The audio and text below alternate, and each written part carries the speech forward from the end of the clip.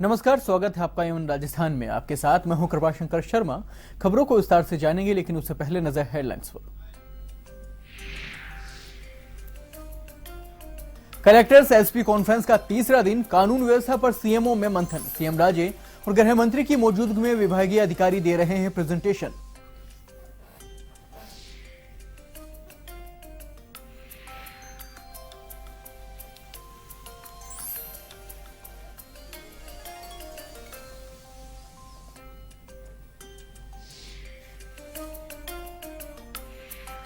Doctor CP Joshi बने RCA के अध्यक्ष, रुचिर मोदी को दी मात।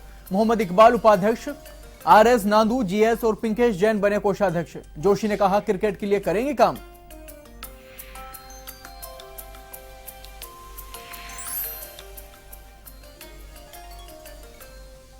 केरल में हुई गौ हत्या का विरोध जारी। जयपुर में बीजेपी युवा मोर्चा ने किया सद्बुद्धि यज्ञ। कांग्रेसी कार्यकर्ताओं को सद्बुद्धि देने के लिए दिया आहुतियां।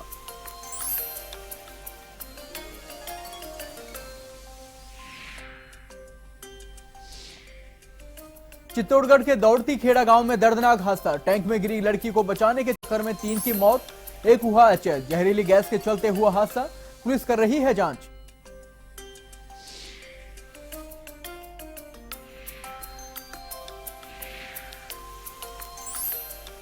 सवाई माधोपुर में मथुरा हाईवे पर रफ्तार का कहर। ट्रैक्टर ट्रॉली ने मासूम को कुचला। आक्रोशित ग्रामीणों ने हाईवे पर लगाया जाम। ट्रैक्टर चालक गिरफ्तार।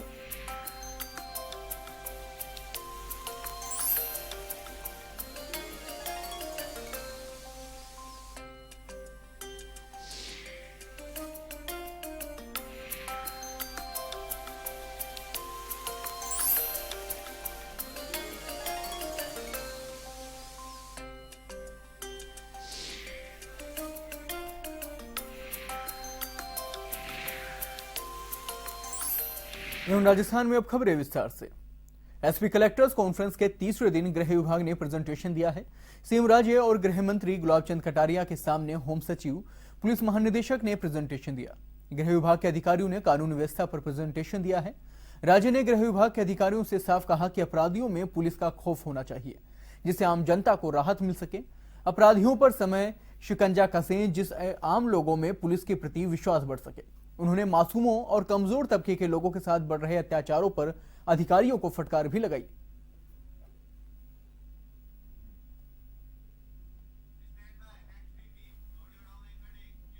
राजस्थान क्रिकेट अकादमी के चुनाव में डॉक्टर सीपी जोशी अध्यक्ष चुने गए हैं।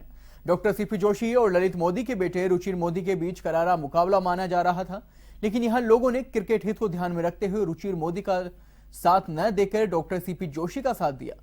राजस्थान हाईकोर्ट के निर्देश पर हुए चुनाव में रुचिर मोदी को 14 वोट मिले, वहीं सीपी जोशी को 19 वोट मिले। इस तरह से ही सीपी जोशी आरसीए के फिर से अध्यक्ष बन गए हैं। वहीं चुनाव में मोहम्मद इकबाल उपाध्यक्ष, आरएस नांदू महासचिव और पिंकेश जैन कोषाध्यक्ष चुने गए हैं। जोशी ने कहा कि क्रिकेट के लिए काम करेंगे। अब आरसीए को बीसीसीआई की फिर से मान्यता मिल सकेगी और जयपुर में राष्ट्रीय और अंतर्राष्ट्रीय मैच हो सकेंगे। एक तरह से जोशी का चुनाव जीतना राजस्थान के लिए शुभ संकेत माना जा रहा है। जोशी के अध्यक्ष बनते ही आरसीए में खुशी का माहौल हो गया। लोगों ने जोशी को अध्यक्ष बनते ही बधाइयां भी दी। उन्होंने मालाओं से उन्हें लाद दिया। लोगों को भी उम्मीद है कि अब क्रिकेट के हालात सुधरेंगे। वहीं जोशी ने कहा कि वे क्रिकेट के विकास के लिए काम करेंगे। सबसे पहला काम आरसीए को बीसीसीआई से पुनः मान्यता दिलवाना और ज्यादा से ज्यादा यहां मैच हो, राजस्थान के खिलाड़ियों को खेलने का अवसर मिले, इसके लिए काम करेंगे।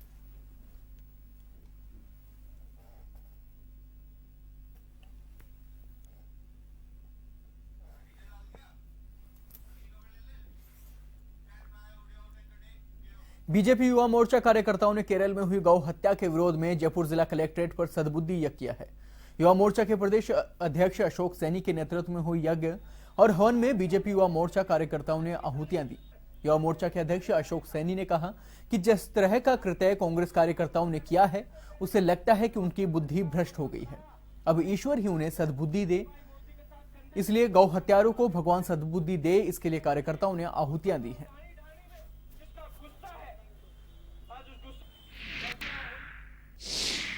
भारतीय जनता युवा मोर्चा राजस्थान प्रदेश के कार्यकर्ताओं ने एक सद्बुद्धि यज्ञ का आयोजन और एक विरोध प्रदर्शन का आयोजन यहाँ किया।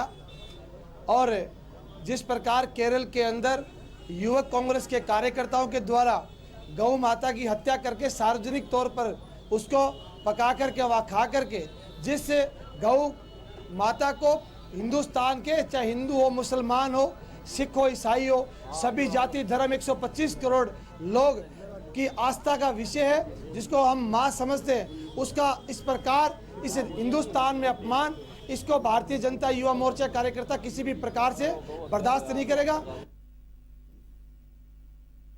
युवा मोर्चा की राजस्थान इकाई ने केरल में जो कांग्रेस द्वारा गौ हत्या कर विरोध प्रदर्शन भारतीय जनता पार्टी का किया, उसके लिए एक सद्बुद्धि यज्ञ आज राजस्थान की युवा इकाई ने किया है।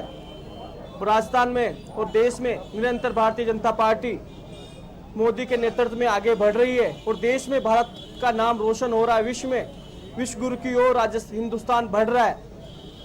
और 3 साल के उपलक्ष्य में जब कांग्रेस के कार्यकर्ताओं द्वारा गौ हत्या कर सरकार के खिलाफ एक प्रदर्शन किया गया, उसकी हम घोर निंदा करते हैं। भरतपुर के नदबई के कबई गांव में पुलिस प्रशासन की मौजूदगी में अतिक्रमण हटाया गया। प्रशासन की कार्रवाई पर ग्रामीणों ने नाराजगी जताते हुए अतिक्रमण हटाने का विरोध किया है। ऐसे में मामला बढ़ता देख सूचना के बाद तहसीलदार प्रदीप जैन और थाना प्रभारी नेमीचंद मय जागते मौके पर पहुंचे और लोगों से समझाइश कर मामला शांत करवाया।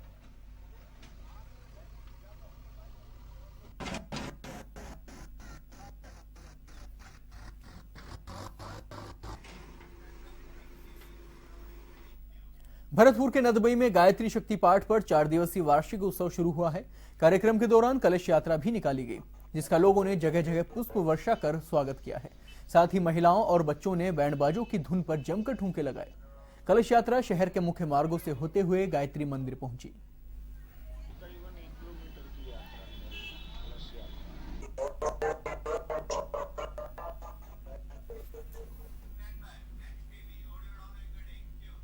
राजधानी के चोमू उपखंड के मोरिजा ग्राम पंचायत के नीमडी गांव में एक जंगली जानवर के आतंक से लोगों में दहशत का माहौल है। बीती रात को किसी जंगली जानवर ने एक ही घर में बंधी 5 बकरियों को अपना शिकार बना लिया। स्थानीय लोगों ने वन विभाग को इसके बारे में सूचना दी है, जिसके बाद वन विभाग के कर्मचारी मौके पर पहुंचे और पगमार्ग का निरीक्षण किया है। वन कर्मियों ने पगमार्ग के आधार पर जंगली जानवर को भेड़िया माना है। वहीं मोरिजा सरपंच बलवीर शर्मा ने भी मौके पर पहुंचकर जानकारी ली।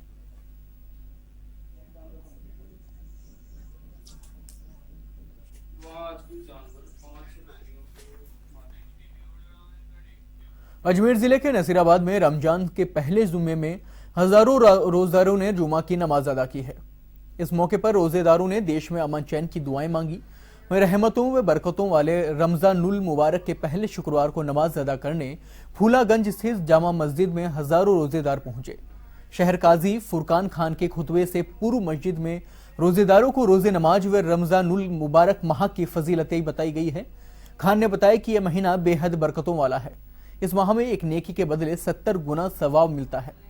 इस माह में खुदा परवरदिगार गुनाहों के रास्तों को बंद कर नेकी के रास्तों को खोल देता है।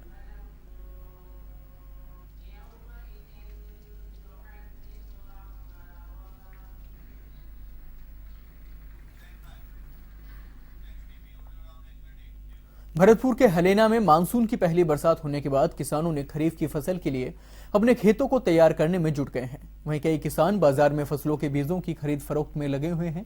ऐसे में बाजारों में किसानों का जमघट लगना शुरू हो गया है। वहीं बीज विक्रेताओं द्वारा खुलेआम घटिया और नकली किस्म का बीज बेचा जा रहा है। ऐसे में कृषि विभाग कोई ध्यान नहीं दे रहा। सवाईमाधोपुर के मलारना डूंगर थाना क्षेत्र के भाड़ोती मथुरा हाईवे पर तेज रफ्तार में आ रही ट्रैक्टर ट्रॉली ने 8 वर्षीय बालिका को कुचल देने से दर्दनाक मौत हो गई है। आक्रोशित ग्रामीणों ने हाईवे पर ब्रेक बनवाने की मांग को लेकर सड़क मार्ग जाम कर दिया। वहीं पुलिस ने शव को पोस्टमार्टम करवाकर शव परिजनों के सुपुर्द कर दिया है। पुलिस ने ट्रैक्टर सहित चालक को गिरफ्तार कर लिया है।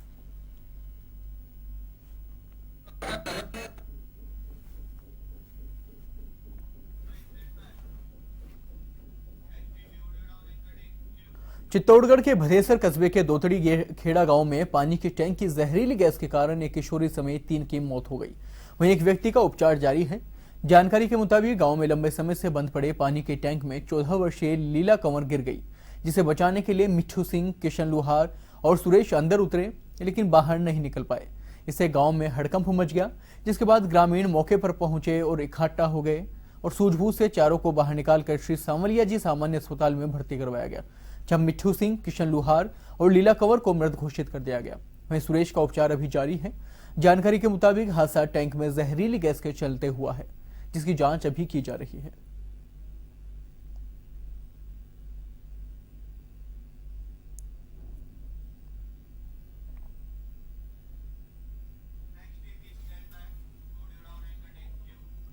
शिक्षा नगरी कोटा में एक कोचिंग छात्र के लापता होने का मामला सामने आया है, जिसमें छात्र कुन्हाड़ी इलाके से लापता हो गया है। बताया जा रहा है कि कोचिंग छात्र यूपी के बांदा जिले का निवासी रोहित सिंह था, जो कि कोटा में एलन कोचिंग संस्थान से पढ़ाई कर रहा था। छात्र रोहित कुन्हाड़ी इलाके में रह रहा था, जो कि 15 मई को ही कोटा आया था। आपको बता दें कि वहीं छात्र के परिजनों ने थाने में गुमशुदगी की रिपोर्ट दर्ज करवाई है। पुलिस का कहना है कि छात्र के कमरे से एक डायरी भी मिली है, जिसमें लिखा है कि वो कभी लौट कर नहीं आएगा। वहीं पुलिस छात्र के फोन डिटेल्स भी जुटाने में लगी हुई है। बताया जा रहा है कि इस साल करीब 3 छात्र लापता हो गए हैं, जिनके बारे में अभी तक कोई सुराग नहीं लग सका है।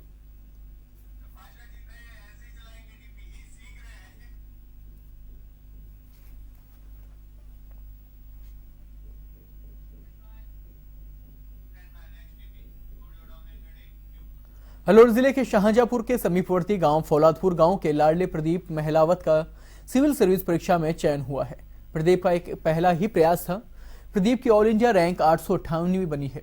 प्रदीप वर्तमान में पीटर्सबर्ग यूनिवर्सिटी में रिसर्च साइंटिस्ट के पद पर कार्यरत हैं। वहीं प्रदीप ने आईआईटी रुड़की से एमएससी बायोलॉजी किया था।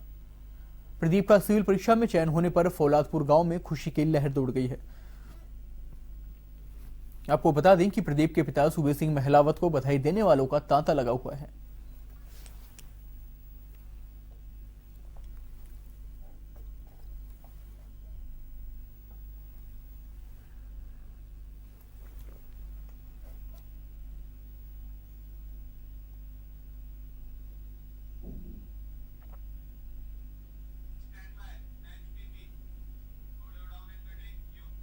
हाईकोर्ट के न्यायाधीश महेश चंद्र शर्मा द्वारा अपने निर्णय में गाय को राष्ट्रीय पशु घोषित करने के सुझाव को अब हिंदूवादी संगठनों का समर्थन मिल रहा है। अब विश्व हिंदू परिषद और बजरंग दल ने झुंझुनू में इस मांग को लेकर राष्ट्रपति के नाम ज्ञापन भेजा है। केरल में कांग्रेस नेताओं द्वारा गाय को लेकर किए गए कृत्य के खिलाफ शुक्रवार को शहर के कलेक्ट्रेट में विश्व हिंदू परिषद तथा बजरंग दल के कार्यकर्ताओं ने प्रदर्शन किया और कांग्रेस के राष्ट्रीय उपाध्यक्ष राहुल गांधी का पुतला फूंका है। साथ ही उन्होंने कांग्रेस पार्टी की मान्यता को रद्द करने और गाय को राष्ट्रीय पशु घोषित करने की मांग की है।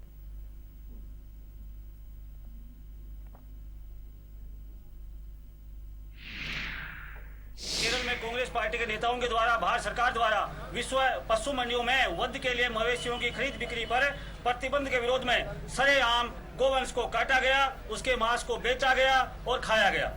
इस घृणित कृत्य से हिंदुओं की धार्मिक भावना को ठेस पहुंची है, क्योंकि गाय हिंदुओं में पूजनीय है। अतः ज्ञापन के द्वारा महोदय से निवेदन है कि गाय को राष्ट्रीय पशु घोषित कर गौ हत्या करने वालों के खिलाफ सख्त से सख्त कार्रवाई की जाए और हिंदुओं की धार्मिक भावना भड़काने वाली कांग्रेस पार्टी की मान्यता रद्द की जाए। अन्यथा देश में अशांति का माहौल पैदा हो सकता है और इस मामले में तुरंत कार्रवाई की जाए, जिससे घटना की पुनरावृत्ति नहीं हो। लोगों को सस्ते आवास उपलब्ध करवाने के उद्देश्य से भीलवाड़ा नगर विकास न्यास ने पूर्व राष्ट्रपति डॉक्टर अब्दुल कलाम आजाद आवासीय कॉलोनी के लिए भूखंड को लिए आवेदन जो है उनकी शुरुआत कर दी है। इसके तहत नगर विकास न्यास कार्यालय में आवासीय कॉलोनी योजना की पुस्तिका का विमोचन और लोकार्पण किया गया। इस दौरान मुख्य सचेतक कालूलाल गुर्जर, जिला प्रमुख शक्ति सिंह हाड़ा, न्यास अध्यक्ष गोपाल खंडेलवाल, भाजपा जिलाध्यक्ष दामोदर अग्रवाल, विधायक विठल शंकर अवस्थी व नगर परिषद सभापति ललिता समदानी मौजूद रहे। नगर विकास न्यास सचिव आशीष शर्मा ने बताया कि शहर में नेहरू विहार और हलेड़ के बीच डॉक्टर अब्दुल कलाम आजाद आवासीय कॉलोनी में भूखंड के लिए आवेदन लेना शुरू हुआ है। इसमें करीब 1535 अलग अलग वर्गों के लिए भूखंड के आवेदन लिए जा रहे हैं। इन आवेदनों के लिए हमने 4 बैंकों को अधिकृत किया है, जहां से मात्र 300 रुपए में आवेदन प्राप्त किए जा सकेंगे। आवेदन जमा करवाने के साथ निम्न आय वर्ग के लिए 7000 रुपए भी जमा किए जाएंगे, जिसमें से 2000 रुपए नॉन रिफंडेबल होंगे। ये आवेदन 1 माह के लिए खोले गए हैं और उसके बाद लॉटरी प्रक्रिया के बाद लोगों को यह भूखंड मात्र 45,000 रुपए में दिए जाएंगे।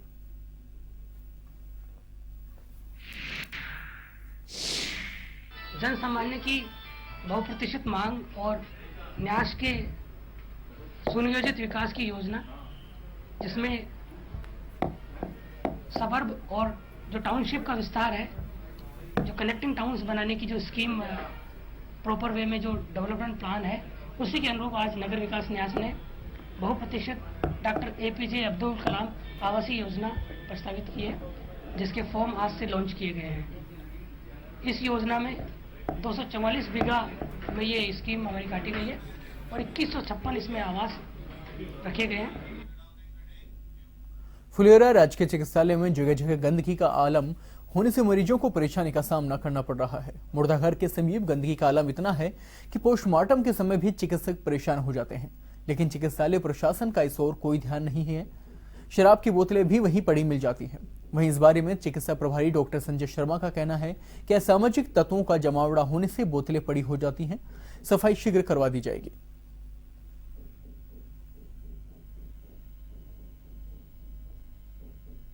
नसीराबाद नगर की इन दिनों सफाई व्यवस्था चरमराई हुई है। छावनी परिषद में जगह जगह गंदगी के ढेर लगे हुए हैं।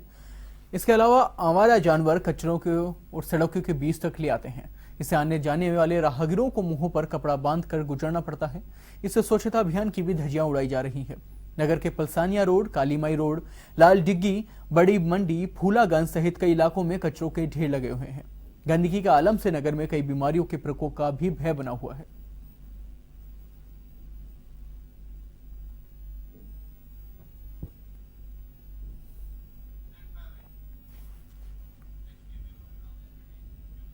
भारतीय प्रशासनिक सेवा के घोषित हुए परिणामों में सीकर के अजीत सिंह ने ऑल इंडिया लेवल पर 180वीं रैंक लाकर शहर का नाम रोशन किया है। मूल रूप से झुंझुनू के बड़ाऊ गांव के रहने वाले अजीत सिंह का परिवार अब सीकर में ही रहता है। ऑल इंडिया लेवल पर 180वीं रैंक पर चयनित हुए अजीत सिंह वर्तमान में सहायक कस्टम आयुक्त के पद पर कोलकाता में पदस्थापित हैं। अजीत सिंह की इस उपलब्धि पर सीकर स्थित उनके घर पर भी खुशियों का माहौल है। घर पर बधाई देने वालों का तांता लगा हुआ है। वहीं गौरतलब है कि अजय सिंह ने IIT दिल्ली से भी बीटेक किया था। उसके बाद उन्होंने बेंगलुरु से MBA करके 2015 में IAS की परीक्षा दी, जिसके बाद उनका IRS में चयन हुआ था।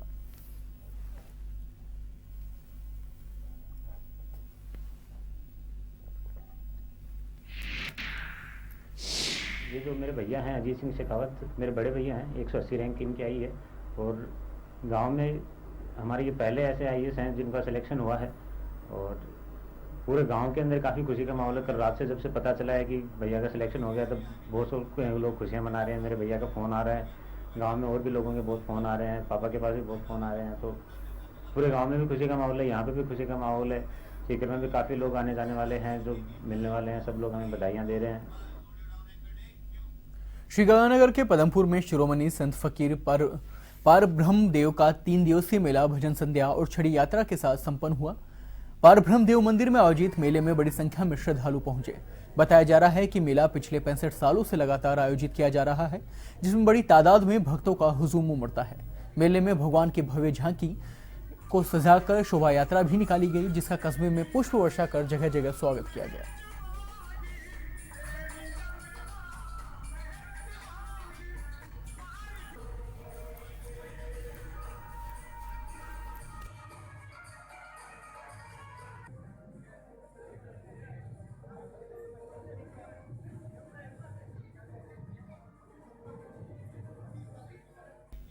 सीकर जिले के नीम का थाना सदर इलाके में भागेगा गांव में एक मानसिक विक्षिप्त महिला ने अपनी ही मासूम बालिका को पीट कर गंभीर रूप से घायल कर दिया। आसपास के लोगों ने पुलिस को इसके बारे में सूचना दी। पुलिस ने मौके पर पहुंचकर बच्ची को अस्पताल में भर्ती करवाया है। पुलिस ने बताया कि मानसिक विक्षिप्त महिला पंचलंगी के पास तेवरों की ढाणी की रहने वाली सुनीता है, जो पीहर रेवाड़ी जा रही थी, लेकिन भागेगा रेलवे स्टेशन पर उतर गई और ट्रेन से उतरने के बाद उसने अपनी ही मासूम बेटी को पीट कर गंभीर रूप से घायल कर दिया। पुलिस ने मानसिक विक्षिप्त महिला के परिजनों को पूरे मामले की जानकारी दे दी है और गंभीर घायल बालिका अस्पताल में भर्ती करवाया है, जहां पर उसका उपचार अभी जारी है।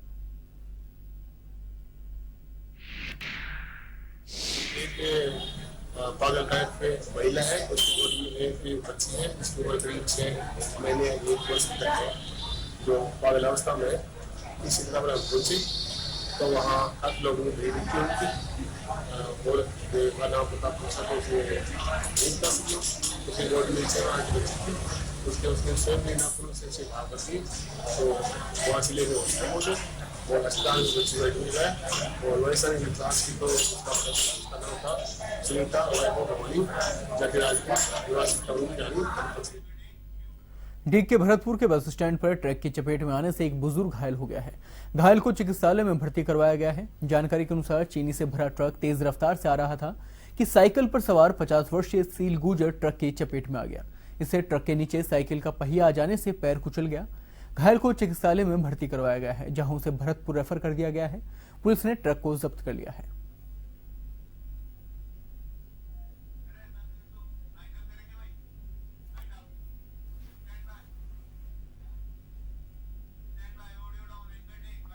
फिलहाल खबरों में इतना ही। देश और दुनिया की बाकी खबरों के लिए देखते रहिए वन टीवी। नमस्कार।